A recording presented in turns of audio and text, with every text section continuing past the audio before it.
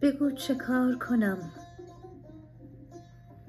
بگو چه کار کنم با فلفلی که طعم فراق می دهد، با دردی که فصل را نمی شناسد، با خونی که بند نمی آید.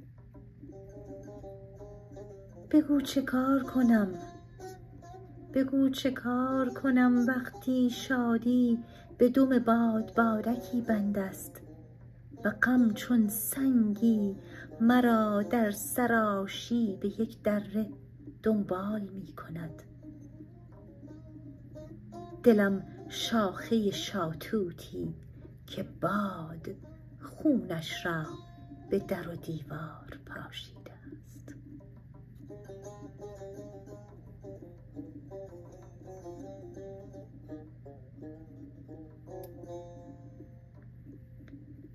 آری آری ما عشق را اگر نچشیدیم، آن را چو دست گل بر روی آبهای روان دیدیم.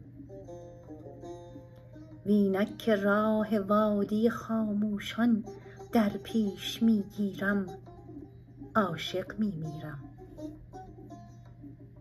اما تو ای عبور نوازش، اما تو ای وزیده بر این برگ ناتوان، هشدار تا سوار شتابان عشق را در هر ردا و جامه به جای آری.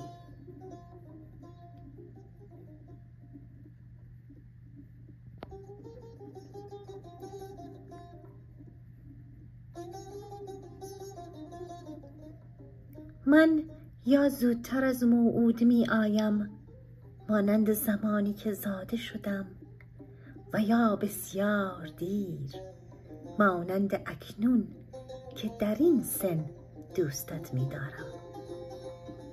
من برای نیکبختی همواره دیر و برای ناخوشی ها زود می رسم، که یا هر چیزی به انتهای خود رسیده و یا چیزی آغاز نشده است.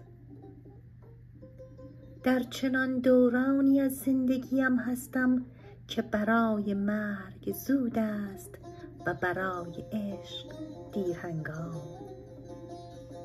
مرا ببخش محبوب من، دیر کرده ام دیگر بار. من در آستانه عشق ایستاده ام، اما مرگ به من نزدیک تر